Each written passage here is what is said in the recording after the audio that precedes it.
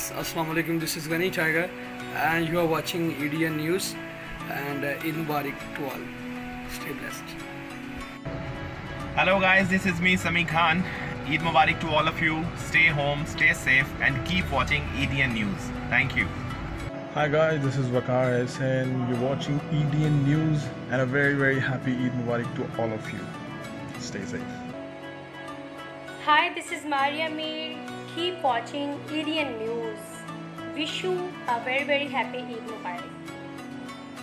Assalamu alaikum everyone, this is Imran Zawar from Anchale Bank. Keep watching EDN News and wish you all very happy Eid Mubarak. Hello guys, it's me Usman Ali and it's me Amir Yunus. Eid Mubarak to all. Keep watching EDN News Stay blessed. and stay home. Thank you.